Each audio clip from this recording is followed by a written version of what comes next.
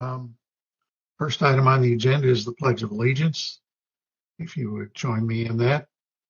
I pledge allegiance to the flag of the United States of America and to the republic for which it stands, one nation under God, indivisible, with liberty and justice for all. And I see everybody's lips have stopped moving. Roll call. Misty Atkins.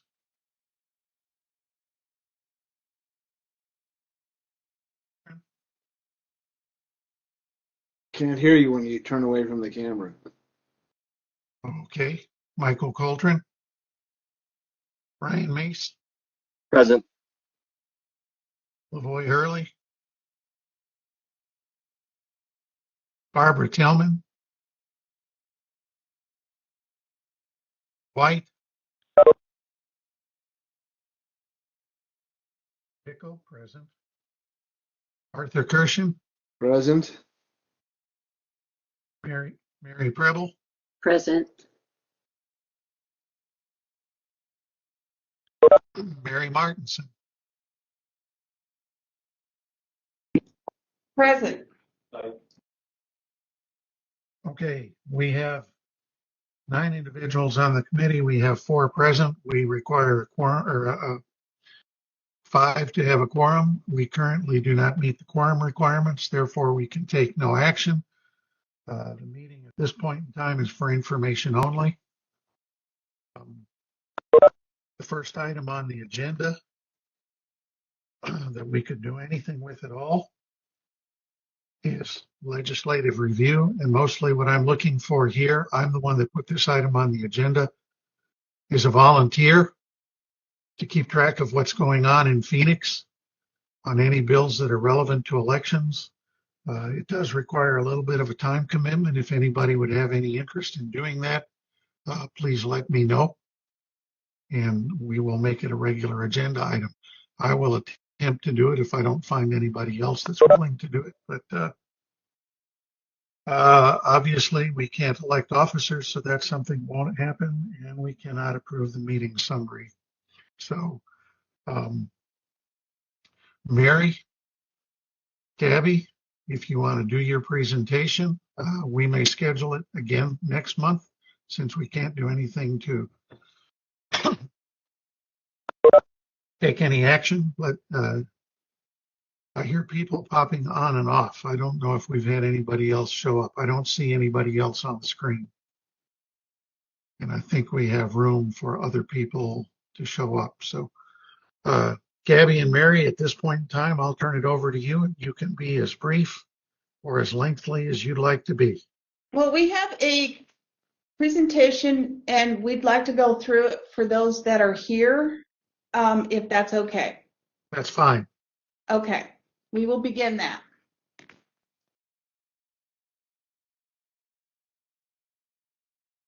Okay, well, good morning, Elections Integrity Commission.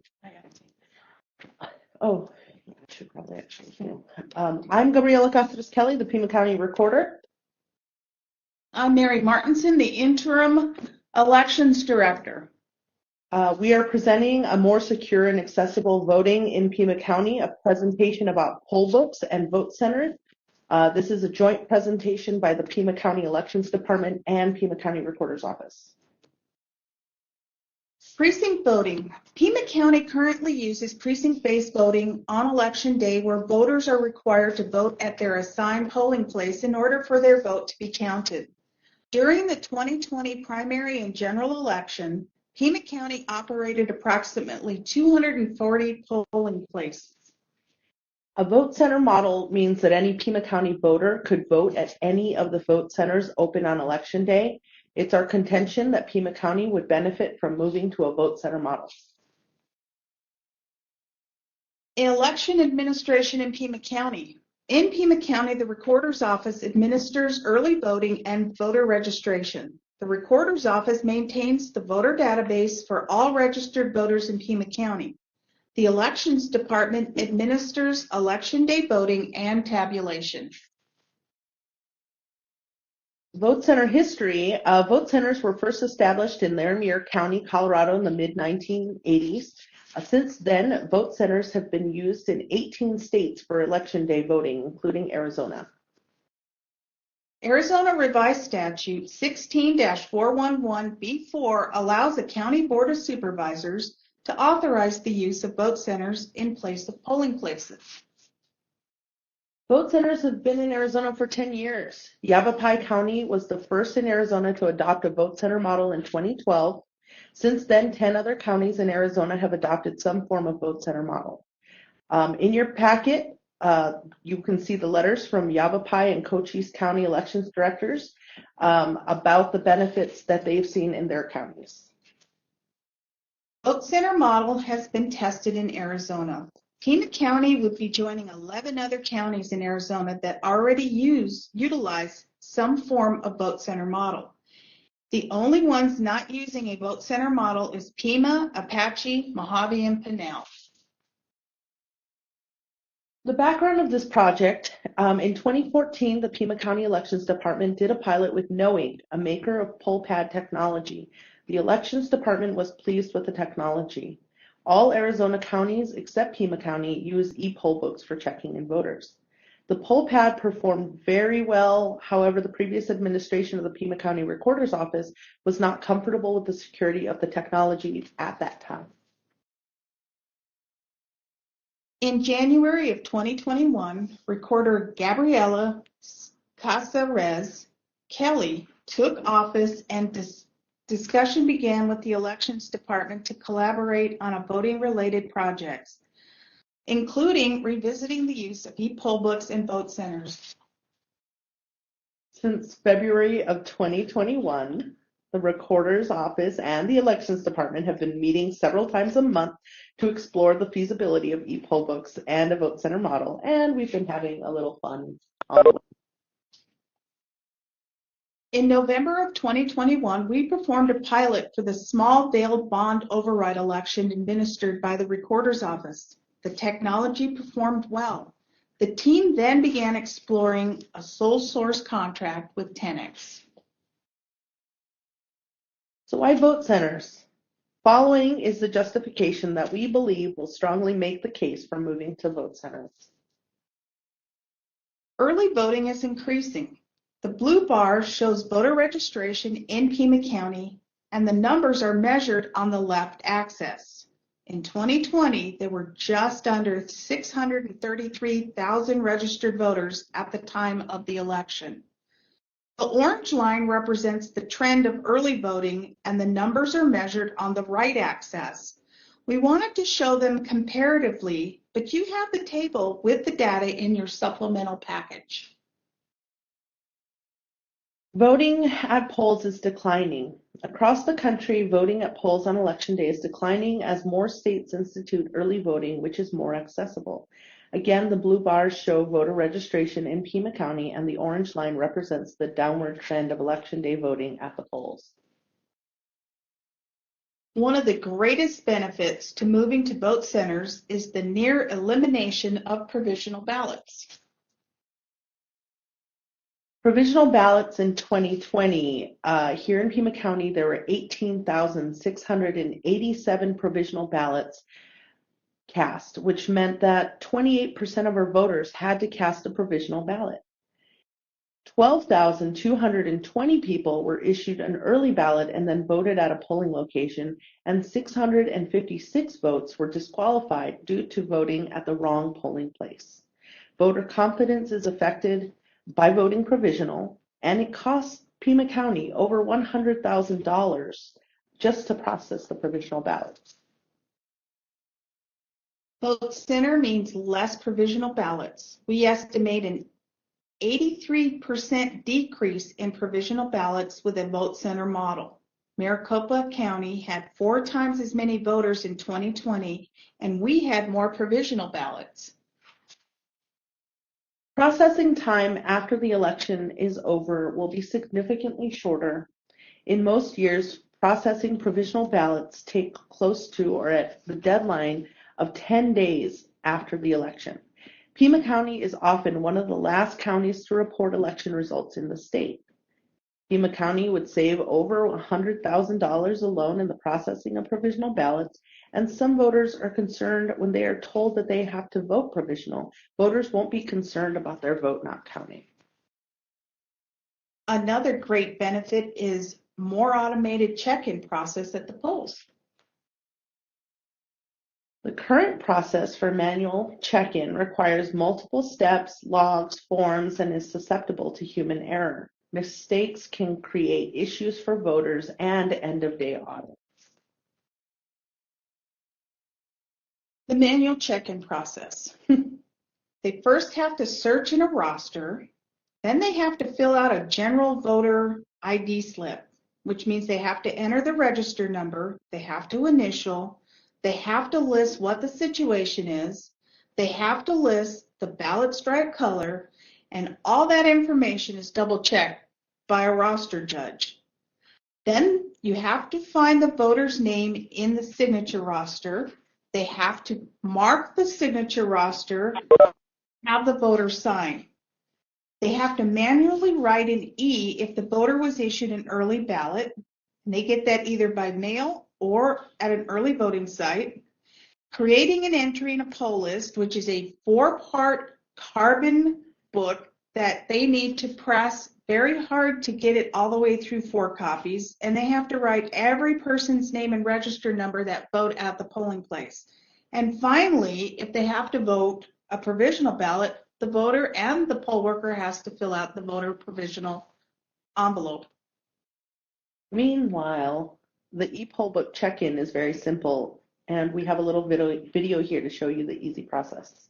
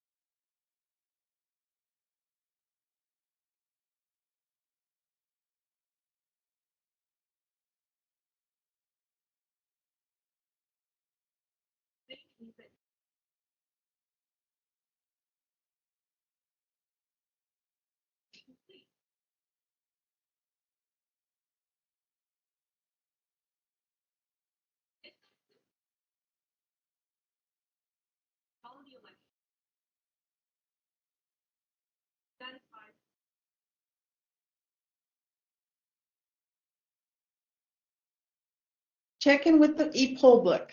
The first option for check-in is the most widely used.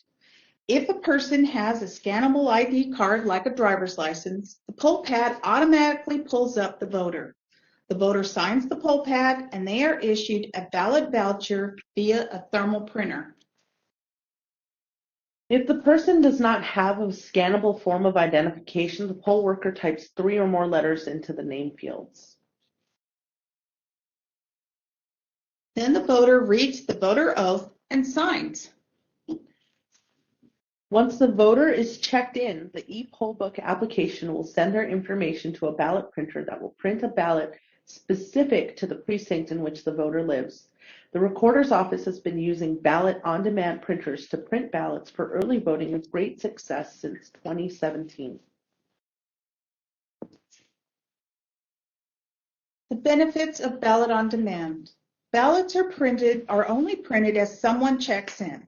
Someone being able to print a stack of ballots and stuff the box is impossible.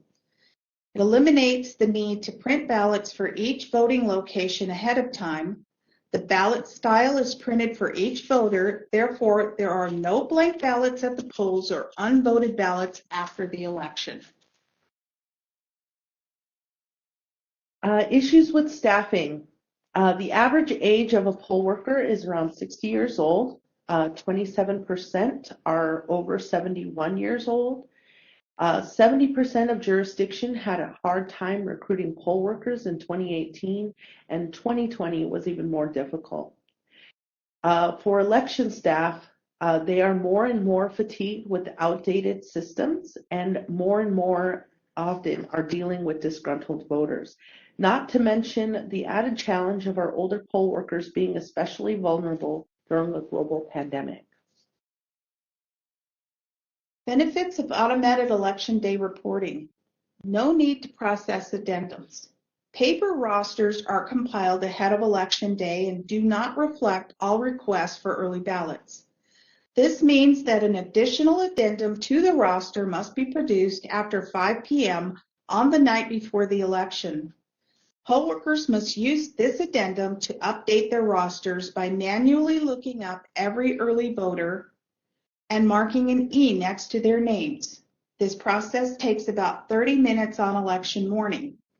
E-poll books eliminate the need for addendums by providing up-to-the-minute information. In addition, on election day, up-to-the-minute lists of who has voted would be available for campaigns, political parties, and the press. The process to close out election day will also be automated with reporting and audit tools. To recap the benefits of the vote center model, the vote center model is faster, more convenient, and less confusing for voters. People can vote at any polling location, so no more turning away voters for being at the wrong location. Check-in time will go from 3 minutes to 30 seconds. It's more secure. It eliminates the possibility that someone could vote twice. A voter is automatically checked in once and cannot vote again. The human error of marking the wrong line for a voter is eliminated. Ballots are only printed as someone checks in. Someone being able to print a stack of ballots and stuff the box is literally impossible. And it's more accurate. Check-in is automated. The system will bring up the exact voter, and it eliminates people signing on the wrong lines. Benefits recap. Time savings for all processes. Roster preparation. Rosters per location. They're printed 3 or 4 between 700 and 900 copies. The rosters are put in plastic bags and notebooks 2 weeks ahead of time. There's no need for addendums. Provisional ballots would decrease by 83%. The correct ballot will be issued for any voter, including one who has an address change. End of election audits and reporting. It'll lessen the burden on election staff who already experience unprecedented levels of job fatigue. Election results would be available faster. Up-to-the-minute automatic election day tear sheets, which used to be called poll lists, will be available for press and political parties. The Elections Department has identified 100 vote center locations. The physical requirements that we look for in a vote center are facilities available for extended hours with 2,000 square feet, 75 to 80 regular parking spaces, and 5 to 10 disabled spaces. Easy access from the road, ADA compliant for accessibility, proximity to public transportation, restrooms available, a poll worker break area, and 6 outlets minimum in the room.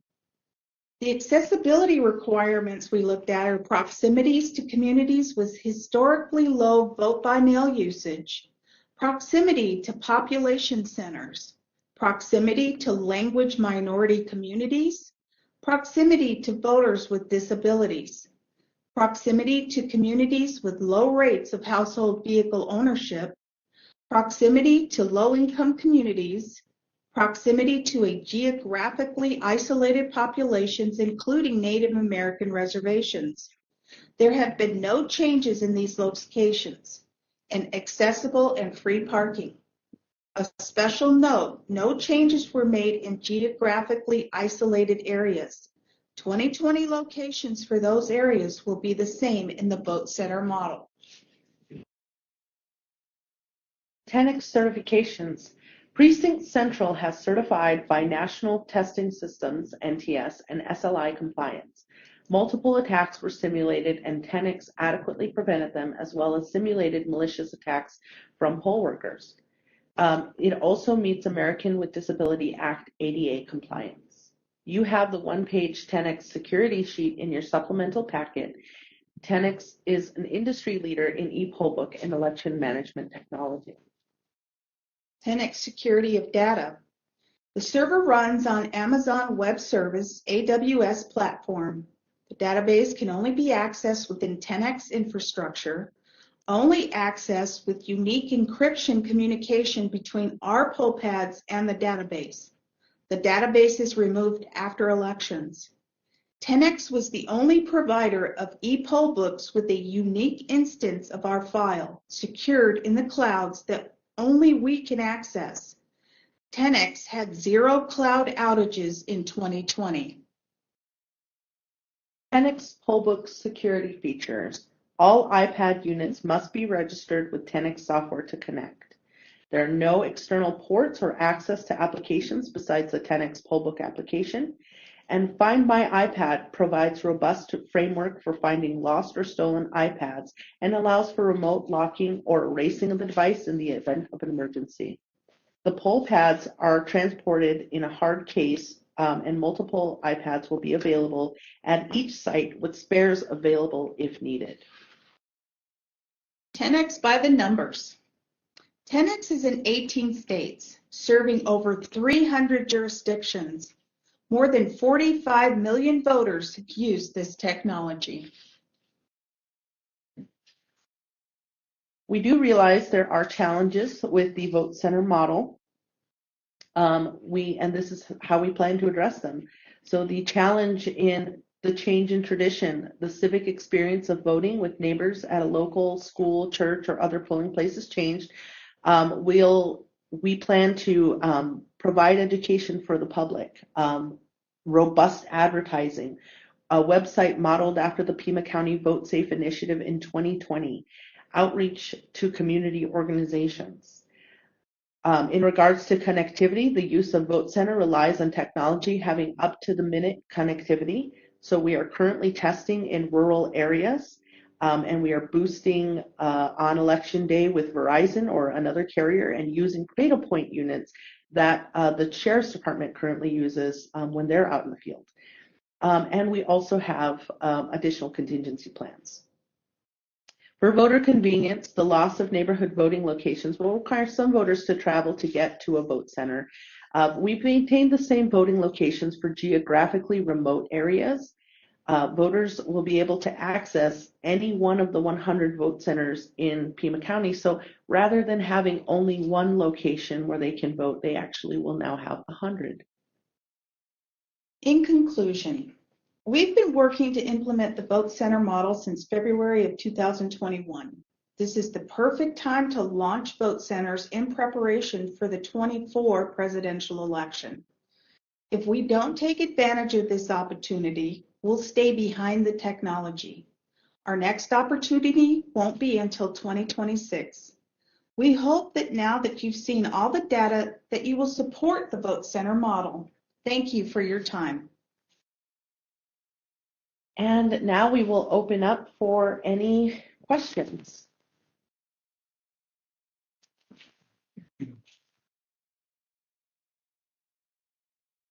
Mary. So the manual voting process now, we have the ID clerk and the signature roster clerk. We have 2 people putting a set of eyes on identification. Now we just have one person that's just going to scan it. And I don't know, is there an override if the ID doesn't match perfectly? And they have to be registered 29 days where they domicile. So if they've changed their driver's license, and is this automatically going to update they don't have the right to vote in that precinct on that particular day because they weren't registered 29 days before. A lot of questions. 40 precincts with greater than 90% voter turnout in the last election. That's an anomaly I've never seen in the 30 years I've been doing this. Just a lot of questions. The inspector and the board do not allow stuffing the ballot box. If the people, after we've locked up the ballots and other ballots show up in a polling place, that means elections department personnel had access to those because they come back and pick them up later. So, I mean, there's a lot of questions as we went along in this that having human contact, having people who know who live in the precinct, or I went to your funeral last week, why are you showing up to vote here? There are a lot of problems with this system.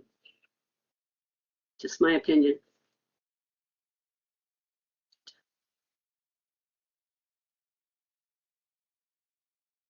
Mary or Gabby? We aren't saying that the inspectors are stuffing the ballot box now, but we are saying that that possibility can't happen. We are saying that one person is going to be looking at the ID, but they're checking against the actual registration. If it doesn't match, we'll either change their registration to update their address, or they will vote a provisional ballot. Not much is changing other than not having to find their name in a signature roster.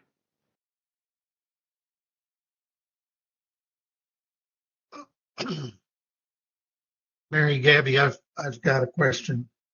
I think one of the concerns that people have deals with the fiasco that we had in Maricopa County in 2016. Going from 240 polling locations to 100, I know their drop was, I believe they had 60 vote centers. Yeah. And obviously considerably more precinct polling locations before that to start. How do we arrive at the decision that 100 vote centers is adequate to handle the election day voting from 240 precincts? We actually have 125 during the presidential preference elections, and we have never had issues with that few.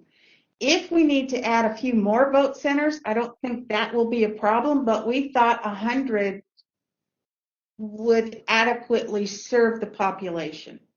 But we are flexible with that number. That's just what we've developed so far.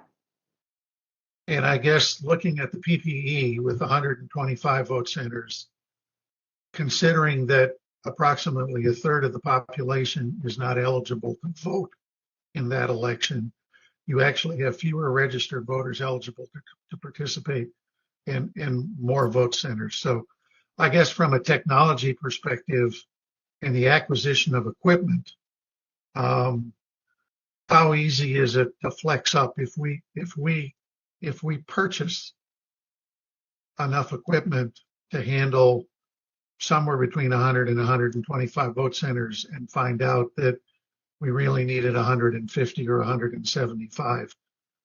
What kind of response time do we need and funding do we need in order to make that kind of a plus up possible? We would probably, if we went to 150, we'd probably have to buy 25 precinct worth more. So I'm not sure how quickly we could do that, but I don't think we would have a problem doing that between the primary and the general. But part of the reason that the locations are, that we're looking for locations that are at least 2,000 square feet is to accommodate for the increase in volume. And so if we think about, let's say, 5 voters walking in and needing to check in, that normally takes about 3 minutes. So 3 times 5, that's 15 minutes for 5 people to get checked in. If there are 5 people and they're checking in via the e-pollbook system, that is 30 seconds for 5 people. So that is 2.5 minutes to get the same number of people to go through that line. And so the volume capability is so much more efficient and can accommodate for larger numbers of people coming in to that polling location. I'd also like to point out that during the presidential preference, even though a third of the voters aren't able to vote, that doesn't mean they didn't show up to vote. Because a lot of them don't understand.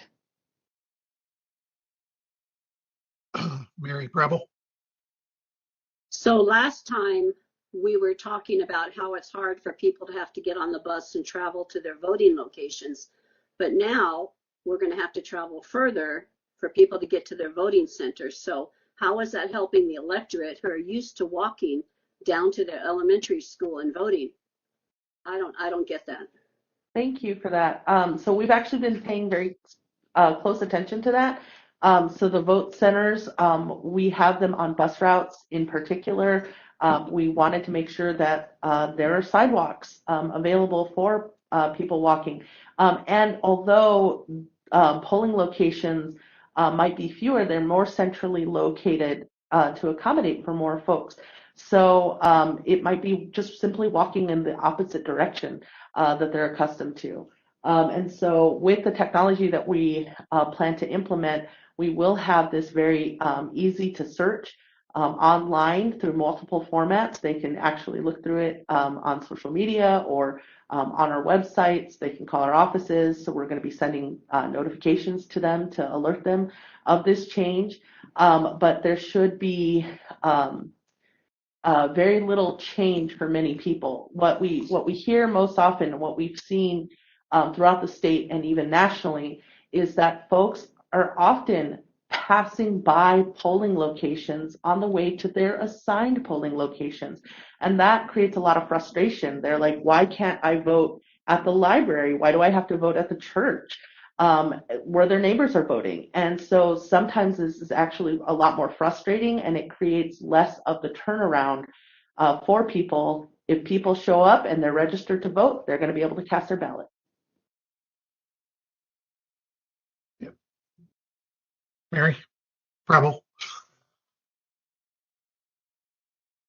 You must be muted, Mary. Can't hear you.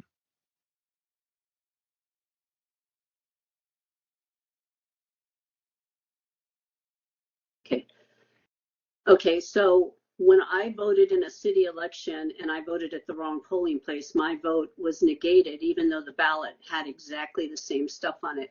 So at that point, my vote did not count, even though there were no other candidates on my list in the precinct next door than the precinct where I resided. The other problem is running this on Amazon Web Services. I think nobody in this country will trust elections as long as Amazon is involved with it. So I really, this whole thing, this electronic and sweeping this stuff up under the rug faster. We're supposed to have checks and balances at the polling places, and it sounds like there won't be checks and balances anymore. And that's an uncomfortable place for me to be. It's okay. Just let her talk. Just let her talk. And just as an FYI, the City of Tucson elections are conducted by the City of Tucson, not by Pima County Recorder's Office or the Elections Department. Are there any other questions? I saw another hand up. Ryan? Thank you, Mr. Chair. Just a quick question, and just I understand Mary's concern about Amazon Web Services, but unfortunately, the fact of the matter is AWS is the largest web infrastructure platform in the world. So I don't think there's going to be much hope of getting away from that. But that really isn't my question. My question, I'd just like to know a little bit about what the contingency plans are in the event of connectivity or power failure. And you can just go on it like just a high level. I don't need details because I think we're going to have to do this again when we have quorum. So thank you. I think, well, for the first election, because we've never used it before, we will have some kind of paper signature roster available, but not at the polling place. We'll have it with troubleshooters.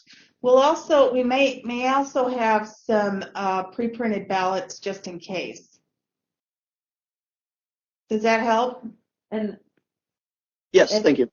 And in that regard, we do, and this is very common, we do have runners available if we're running into an issue and we're recognizing that there's an issue. Number one, this system actually alerts us of that. This system will actually alert us that, the iPads are running out of juice. They're running out of battery. And different things like that. And so there's a command central that makes that information available to us, where the connectivity or the disconnects are occurring. And so we would be able to respond to that, just like any other election day issue where people are running out to bring additional supplies. We also are fortunate in a vote center environment that if one vote center goes down, you can always go to the one down the street. You're Sure. not required to stay at one spot. Understood. And just a follow-on question, and this is just maybe because I have a little bit of background in IT. Will there be like dedicated IT teams, support teams on day of, or will Absolutely. that still be going through like the Pima County IT Service Center? It would be, we would be going through the elections office, and then if we need support, we will have IT support ready. We'll also probably have 10X personnel here for the first few elections so that if there is an issue, they will know what to do as well. So currently, the recorder's office and the elections department, the recorder's office, we have our own IT department within our office, and the elections department has their own IT here, and as well as working with the county IT. So we, and all three, actually, the recorder's office, the elections department, and the Pima County ITD have all been collaborating on this project together. Yeah, we have budgeted for 10X to be here for the primary and general of this year. Very cool. It sounds like you have some vendor support as well as some coordination amongst the various IT resources. Thank you, guys. Thank you. I have a question for the 2022 election, and I know we discussed this issue collaterally at prior meetings. As far as the purchase of electronic poll books are concerned, is there a plan to go to electronic poll books for the 2022 election, whether we're in a polling center or a vote center or a precinct polling location? Either way, are we looking at that change definitively, or is that something that's still in the works and may or may not happen? We are hoping to have the 10X contract on the board agenda for February 15th. If we also we're hoping to have the vote center question on February 15th. If they approve 10X but not the vote centers, then we will have e-poll books for 2022, but not in a vote. If they don't approve the vote center, it will just be an electronic poll book for most of the precincts. So the difference is kind of the difference between having a basketball tournament and having basketballs. And so the e-poll books are the basketballs. They're the equipment that we need in order to have vote centers. We can still use that technology separately, but it really doesn't, it's not as beneficial. We're seeing, again, those high numbers of provisional ballots that we have the same number or higher number than Maricopa County, and they have a much larger jurisdiction. That is unacceptable. The Supreme Court decision to, what Mary was talking about, discarding wholly discarding an out of precinct ballot that she said literally was the same as the precinct next to her, and she had her ballot thrown out.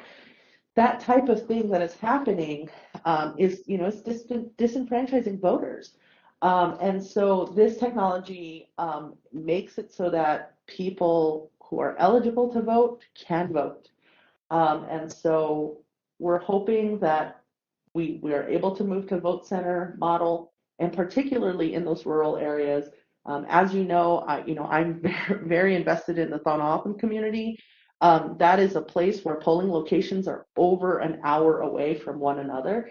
And so someone who lives in Gawo'o, who drives home from cells after working a long day and shows up just before the polls are closing and finds out they're actually registered in a different location, they no longer have the time to drive to another vote center. So for some of our Pima County residents, this is critical for their participation.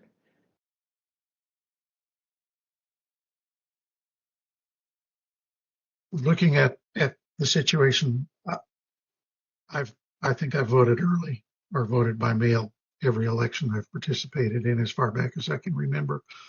But having been involved in the electoral process, I live in a precinct where my polling location is outside the precinct because there's simply no place inside the precinct adequate to provide that service. And one of the things that I've noticed over the past decade is it's becoming increasingly difficult to get what we would term traditional locations that have served as polling centers in the past to continue, particularly schools, Yes. because election day is a school day. So you have a significant amount of traffic in the school, which for a number of reasons, schools are reluctant to tolerate anymore. Churches, it's kind of a 50-50 toss up. Some of them are willing to let us rent the space for the day. Some of them are not. I've also noticed increasingly people that are not in my precinct are staffing my polling location just because we can't get anybody from our precinct to staff the polling locations. Not every precinct is as fortunate enough or as fortunate as Mary's precinct to have at least one person that's been there consistently over time. So, it's a nice feature to have, but it's something that I think is becoming increasingly rare. Security, yeah, there's always going to be a security issue, but if I were horribly concerned about that, I think I would have to find a job because my retirement funding would disappear because it's all electronic. We have significant stock holdings, and I don't believe I've ever seen a stock certificate, so wouldn't know how to get one if I had to. So it's a changing environment. I think as us older people die, this will become more accessible and acceptable. Kind of a grim way to look at it, but the larger number of people that do vote at polling places, I think, are the elderly. So it's technologically a challenge. I guess one of the questions I would have I noticed there is a place for signature on the e-poll book. Is that done with a stylus or is that done with a finger? It's done with a stylus. Good. I mean, I'm not going to tell you it's perfect, but I can do a much better job with my signature with the stylus than I can with my finger. And it's a very nice stylus. It's actually specially designed with their technology, and it's patented, and it's got a very nice feel to it. Okay. Any more questions for Mary Martinson or our county recorder?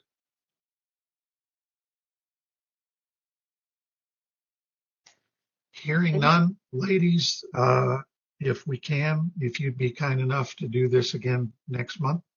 Absolutely. You had a dry run, or at least a partial dry run. I noticed that Barbara Tillman has joined us, so we now have a quorum, but we didn't when we began. So She's been on time, Brian. Yeah, she was here last time. She put a thing in the chat when she first came in that she was having audio issues. okay. But we do have a larger group that I hope can participate in this process. Which board meeting are you hoping to have these issues on the board agenda for? February 15th. Which is before we meet again that month. That's correct. Okay. I think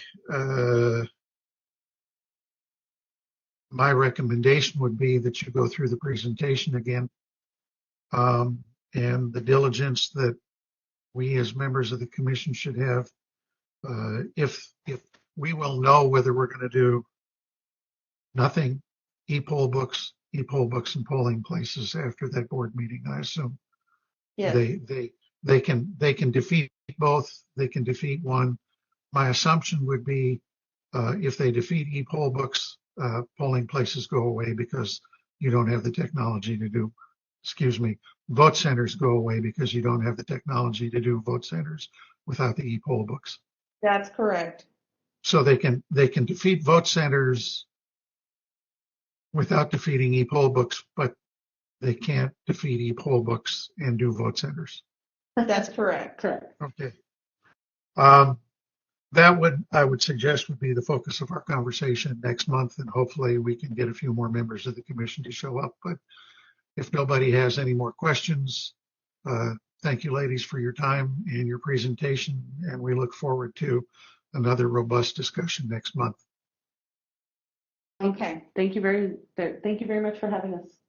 You're welcome. And Barbara, can you hear me?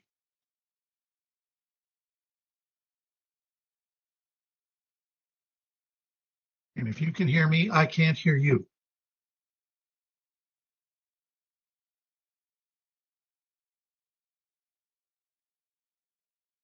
And Barbara is putting notes in the chat. she asked someone to call her and left her phone number in there.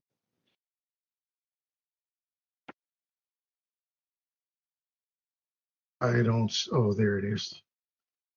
We got to come up with a few hundred less different WebEx formats.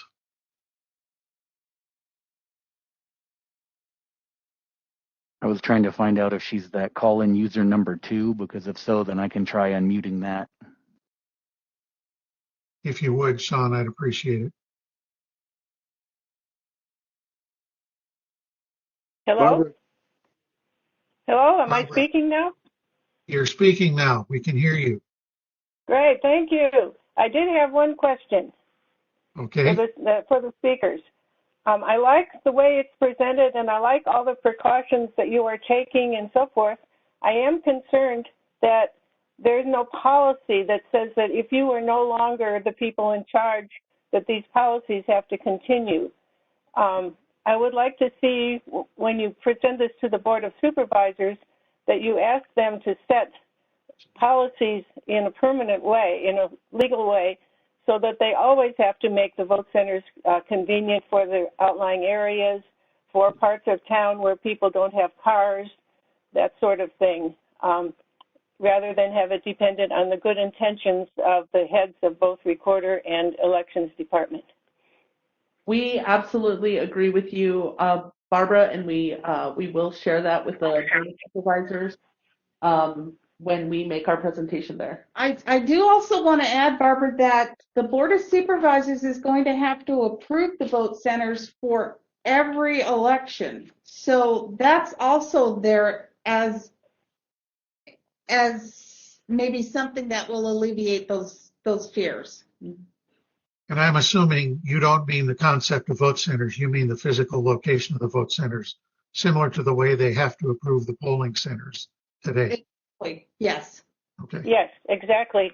And I think we should have some general policy stated that in the future, vote centers should be located in places where people who don't have cars can easily get to them, that sort of thing. And that the other concern I have is that some vote centers in the Maricopa County situation were overloaded, for example, downtown at lunchtime. And so you need to make provisions for areas that are going to be heavily loaded at certain times of day. Yeah, Right. that's actually one of the benefits of us being the last to pick up this technology.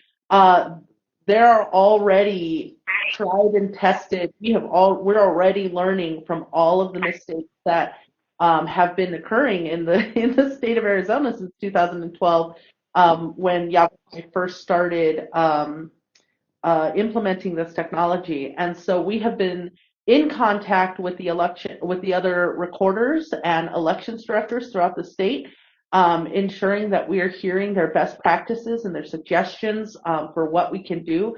So when we talk about a place that has a high volume, or known places that have high volumes, precincts where there's high volume, we can take a look at that and assign additional poll pads to be there. We can go from, instead of 2 poll pads to 3 or to 5, or whatever.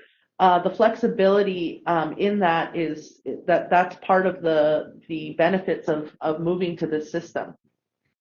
We're also going to recommend to the Board of Supervisors that they have an equity study done of the vote centers to make sure that we haven't missed any group.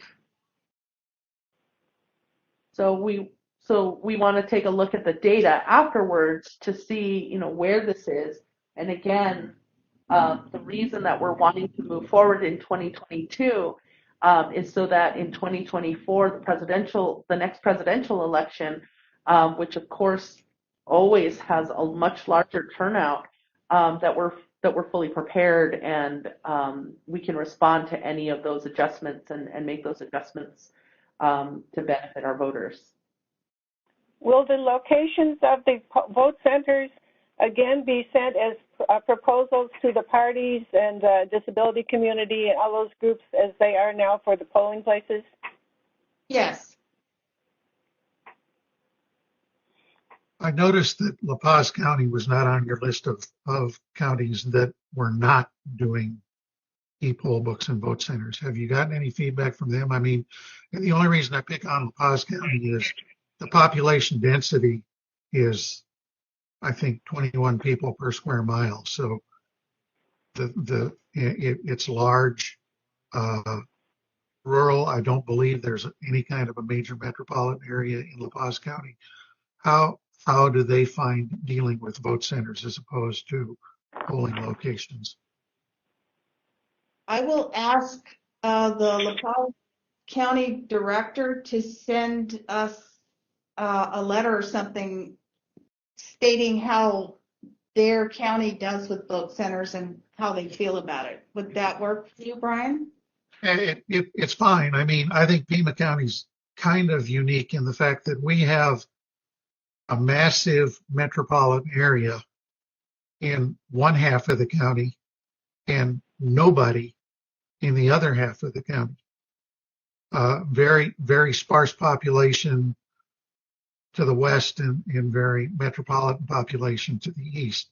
Maricopa County is significantly metropolitan over most of the county, but Greenlee County is another one that, but they have a few, I won't say large metropolitan areas. There's less than 10,000 people in all of Greenlee County, but they do have some significant population centers. But I think La Paz is uniquely rural. I just want to stop you there, Brian, and remind you that the Thon Nation is west, and there are people there. I didn't say there were no people there, but the population density is significantly less than it is in downtown Tucson. But that's not nobody. That's No, not nobody. And we absolutely, the recorder's office and the elections department together, recognize that there are people there. We are concerned about those voters, so we don't want to use language negating the fact that people exist in those locations. So right. I'm going to push back on that a little bit. No, and I understand, but it is that part of the county is more like La Paz County than it is like Maricopa County. Yes, and so we're paying special attention to those areas. We'll be testing equipment. We're boosting our signal to be able to respond to the needs, and places like Mount Lemmon or Hickwan or Pismo, where I'm from. All of those places we are taking the special care and doing our testing now and troubleshooting with. Like we said with Verizon, we're in contact with the Verizon company to talk about election day boosting of signal, just so that we can, have that, and then what is the contingency, and then going from, to a much more robust system like a Cradle Point. It's really going to make a big difference there. So. Okay. Yeah. No, I just my left-handed comment was a way of saying I'd like to see some experience from a rural county as well as, I mean, we're very familiar with Maricopa's county fiasco in 2016. I'd like to know what someplace like Mojave County and not Mojave, La Paz, because Mojave doesn't do it. And Green Lake County is way underpopulated. So, And in some of those counties, you have to travel a long distance to vote. In Cochise County, for example, you used to be able to vote in Portal, but now you have to drive, I think it's about 60 miles to Douglas to vote, to find a vote center. So I'm glad you're taking care of the people in remote areas. How many devices does that leave to have voting centers in the metropolitan area? We would have, we have one or two in that one. We're going to have two in the outlying areas and then 2 or 3 in the metropolitan area at each location. I mean, how many locations? Oh, it would be 75 in Metro Tucson. Thank you. You're welcome. Sorry. and Barbara, since you brought up Portal, if you indeed have to travel from Portal to Douglas in order to vote, you have to leave the state in order to get to a polling location. You can't even drop off your ballot on election day without driving 60 miles. So, okay, any other questions, issues, comments? Well, we hope we've earned your support today as we move forward. And again, we're the last to adopt this technology. And so thank you again for allowing us to present. You're welcome. Thank you for the presentation. And we will bombard you with questions next month. Okay, now that we have a quorum, we can take some action on some items on the agenda. And backing up, I did jump over call to the public since we didn't have a quorum. I don't believe we have anybody from the public on the line. Sean, am I correct in that assumption? To my knowledge, yes. I don't believe there was anybody from the public. It was just going to be the other people that were observing. So unless you guys have anybody specifically that you would like to have unmuted, then just let me know. Nobody that I know of that's requested to speak to the public. Okay, meeting summary approval. Anybody want to make a motion to approve the meeting summary as it was presented?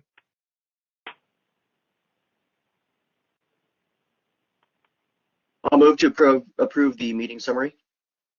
Is there a second to that? I have a second. Second? Second from Mary and a second from Barbara. So we have a second and a third. Any further discussion? Hearing none, all those in favor say aye. Raise your hand and wave. Aye. Okay, the meeting summary was approved. Election of officers. I know per the bylaws, we are supposed to elect officers the first meeting of the year, which would be this month. The fact that we are almost 50% of the members present short of voting, I would like to make, well, I can't make a motion. I would like to entertain a motion from somebody that we delay the election of officers until the February meeting.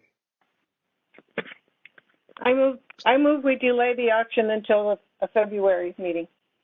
Okay, I'll second it. Mary seconds that. Is there any further discussion? Hearing none, all those in favor say aye. Aye. Okay. Unanimously approved. Legislative review. Barbara, I don't know whether you heard that. What I'm looking for is somebody that's willing to take on the process of following bills as they move through the legislature. But that's not an action. It's not an actionable item. So we want to address that. We are now down to future agenda items. I would like to have the opportunity after finding out what the Board of Supervisors does at their February meeting, where we end up with the poll books and or vote centers and or polling locations, to have both the Recorder's Office and the Elections Department back to discuss issues and concerns that some of which were raised today and some of which we may develop between now and then. Anybody have a problem with having them back on the agenda again next month? Okay, Mary? Can I ask a question? Will this take a change in the ARS Title 16 statutes to go to an electronic poll book and voting centers, which are not spelled out, I don't think, in the ARS 16? I don't know, but since 11 of the 15 counties are already doing it, it would seem logical to assume that if it required a change, the change has been made, or somebody's assuming there's no change required. Brian, I see we still have this is the recorder in the elections department online if you want to address that. No, the statutes have been changed to allow this. In the presentation, we actually cited a statute that says the Board of Supervisors can go from polling places to vote centers. An electronic poll book is also in the statutes.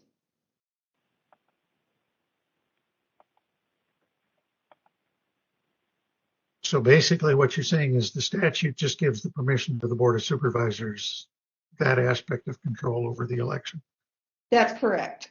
Okay. All right. So before we vary too far from the agenda, again, any other, at this time, does anybody else have any suggestions or things they'd like to see on the agenda next month?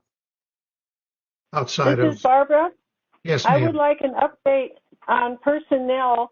I understand that Mary is not with us will not be with us through the next election, and that at least one other election person has left.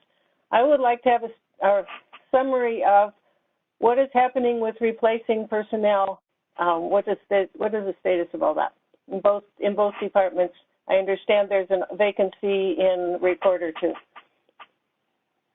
Okay, we'll get that on the agenda for next meeting. Our next meeting is scheduled for February 18th. Is that a problem for anybody? And March 18th, is that a problem for anybody? Maybe a problem for me. I don't know. I will have to check with the boss on that. That happens to be my 50th wedding anniversary, so I may not be available. Good job, Brian. That's so cool. That's awesome, Brian.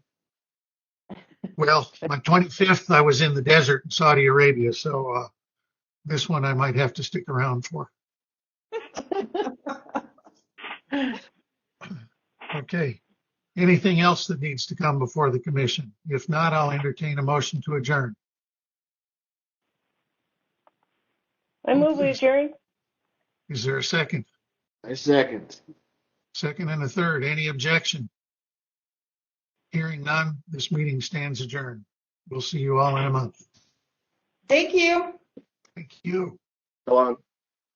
Thank you.